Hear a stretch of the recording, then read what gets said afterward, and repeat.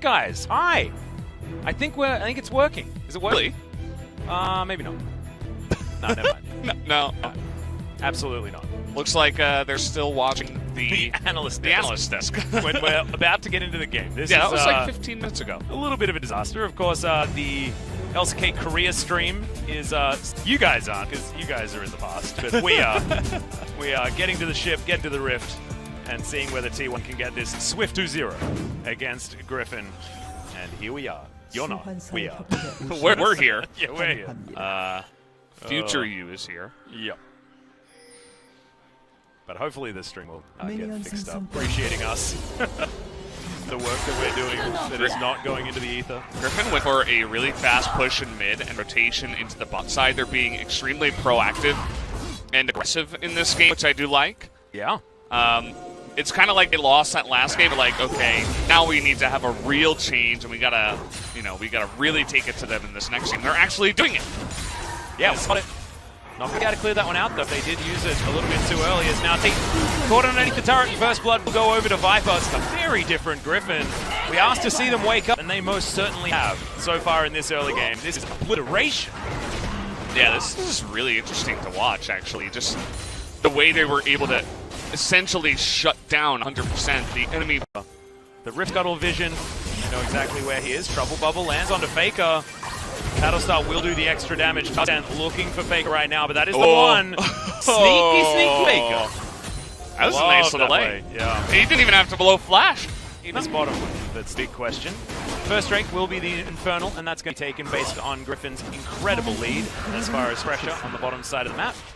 You were mentioning Drake Control. Well, that is going to continue as experience-wise, yeah, Effort and Teddy are really far behind, but Faker and Ken are at least very far ahead in their respective lanes. Like for me in the last game. That's now a nice little roam up to the top side by 5 members of GRIFFIN. Yeah, exactly. Cannon Barrage is going to come in here as GRIFFIN. Don't want to botch this one. Trouble Bubble goes wide. Teddy avoids that as Cannon Barrage does eat so much time here, and GRIFFIN don't get any kills on the dive whatsoever. They get Teddy's flash and Teddy's heal. That is all they're going to be gifted for that 5-man dive attempt. A little bit messy on that one. Not really able to put 2 and 2 together on the dive, and Cus doing a really nice job of, might have a little play here on Cal. Yeah, a lot of extra damage there for Faker, but not a lot of mana remaining. Has a couple of charges on his back. motion. Yeah, Iroh just going to walk up to Teddy now, and he's going to get pulled back. His call comes in. Teddy taken down very early. Good double knockup. Looks like they're just trying to get out of there. As Faker was spotted, I believe, and doesn't have vision on the low health Iroh. Cannon moving on in towards the top side as well. As it looks like GRIFFIN are not done. They will back away after spotting Faker to clear out the control ward. Once again, Teddy has been put into the ground. Yeah, this is a really nice targeted strategy where plates are still up in this game. It feels like so much has happened that I almost assumed that they should have been down by now, but a lot of that gold is going to go into Viper, who's also 2 and 0. Yeah, it's now his turn to be the big-time AD carry. Emphasis on the carry here in this game, as T1 really struggling against this offensive style out of GRIFFIN. Yep, Faker walking over a ward here. Pops on back as there's the time. And the Trouble Bubble goes wide. That's going to save his life for the moment. Faker fighting against Sword now, but doesn't have a lot of mana because, of course, he's had so many of these blue buffs denied. Cannon towards the top side. He's going to be able to get some turret plates before they fall down.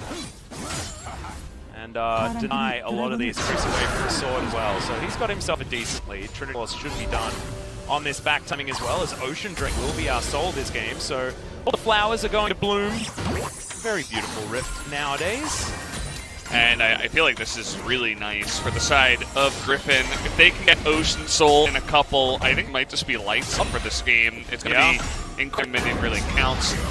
Considering a dive on a Mordekaiser, it's generally not a great idea. Yep, Sword going to try and flash out of the way of him. That Cannon Barrage is in absolutely the wrong position. Faker looking to dive on in. Won't get there. Kind of just uses it to clear out the minion wave by the looks of things, as T1 will be able to answer the outer turret falling on the bottom side. I really hope that Teddy is here for when this turret falls down, because he would really like the loop of gold, and he does get it there, as you can see. Essence Reaver finally complete. He's not too far behind as far as items, but that is all going to change as he's 60 CS in the hole. And yeah, Vibe does complete the Zeal, has himself his stop ready to go as well. And yeah. try to be aggressive onto the squishy champions.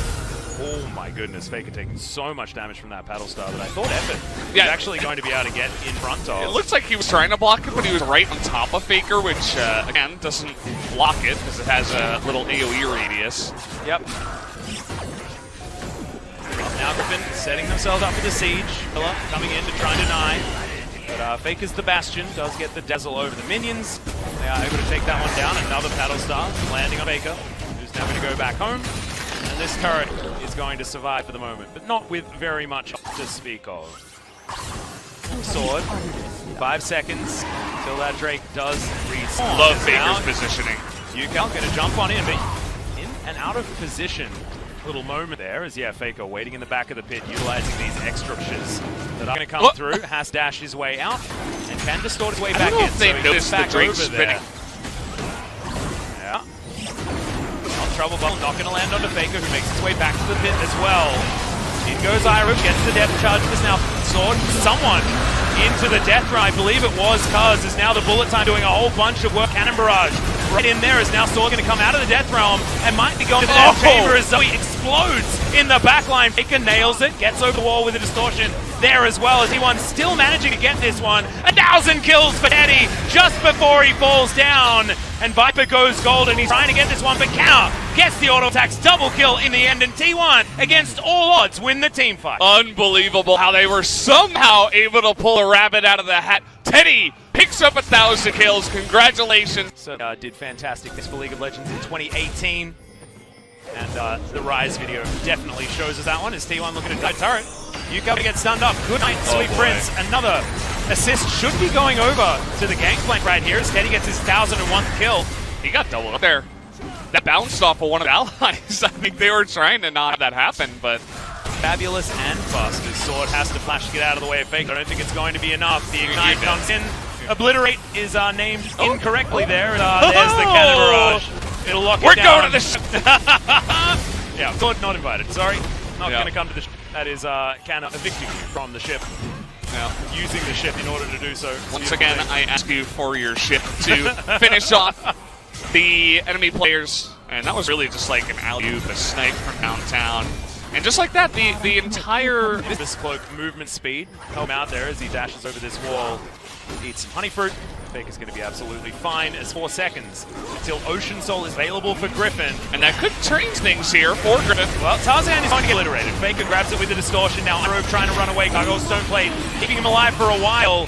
Now Ebbet gets himself Radiance and oh no, Iroh didn't want to jump back in there as the bullet time tears him apart. Now Sword puts Teddy in the death realm, but I don't know who necessarily wins this fight. Sword does by the looks of things. Death Graph grabs the double kill for the Mordekaiser. There's now Canna. He's going to finish that one off. Griffin do find themselves with a bit of a battle against Faker. Not going to use it just yet. Such an it's going to be a 50-50. There's no death realm. Cuz needs to be able to lock this one down. He gets it.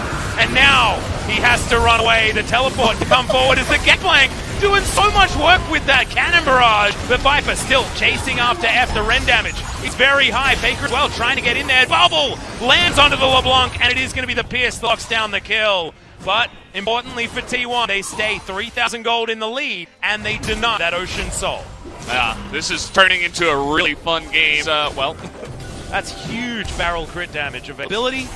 And on top of the 40% CR that he already has, that's a really scary moment. Now Faker's going to put Sword on a leash. And now Faker's in the death realm. Let's see who's going to win this 1v1 as he's just distorting to run around Sword. Now he's going to escape. The big distortion's going to get him out there. And now Death Realm is on cooldown. Very important to have that available for Baron fight. You can see Sword will have it up relatively quickly for all of the CDR that he has already built up. So now T1 moving over to a Baron, and they do have a little window of time where Cuz is not going... This is that's a scary gameplay. Real scary. Now Cuz just look for it. Onto Iroh. Sword is going to put effort, I believe, into the death run, but he gets himself to the his Cosmic Radiance and should survive. Iroh trying to flash off effort, but he's running. He's out of there. Death charge used. Just one lonely support. Is now T1 trying to flash in over the top. Death Grasp not going to find any joy. And yeah, Viper off the wrong side of this fight. The Make It Run comes down, but the Cannon Barrage didn't actually find as much as T1 wanted it to. But it's a 1-for-1 when the dust settles. Support for top lane, though, means that T1 are in a very happy place, and with no Death Realm available, They should be able to grab this Drake for themselves. No Cosmic Radiance. I wonder if Griffin would even consider coming in here. They do have GA on Viper. And they are slowly moving in, posturing around this. Patience going to be reset. Yep. Okay, they don't want a 50-50 this one, but T1 are just going to zone them away. They locked out a second Ocean Drake. And Griffin move back towards this mid lane. This is still a close game. But T1 very close to that 4,000 gold that they've retained for a very long time. And the scaling advantage that we spoke about earlier is still going to be there for this T1 squad. Yeah. Really good with Death Realm availability. Absolutely. And so if they get the Ocean Soul, that's absolutely worth, 4, 5, 6, 7,000 golds. Oh yeah. And so that gold lead isn't going to mean much. Well, the Dazzle's there. Bullet time comes, but Fate's Call is going to keep Irove safe. Teleport in, though. Sword. Oh, it's a bit of a disaster here.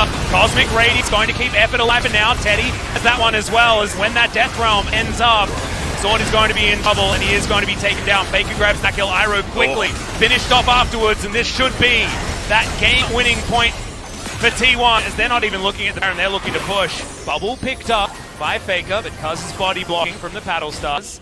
And 5 versus 3, they go for the re-engage. Jucal getting chunked. That's a portal jump. You don't really want to be utilizing that one. He survives for the moment. He's going to fall down, but the Ragnarok is not enough. The GA not going to be enough either, as Viper is pounded in that last fight. And then just a Mimic Distortion, and Faker will pick up the ace. Double kill as he takes that one down. And now the game should be over as well. But backdoor bonus is going to keep this turret alive for quite some time.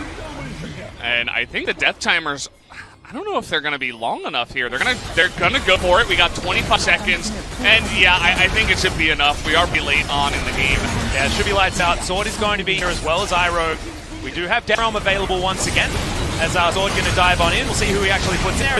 I guess it doesn't really matter. He couldn't even press the button because he was dead too fast. Irove going to go down as an afterthought, as Effort was tanking up the turrets the entire time, and that is a very swift 2-0 for T1. Looked dicey in the beginning, but the recovery was strong out of T1. Yeah, and I said to look behind because I want to see how the Griffin players were going to react. That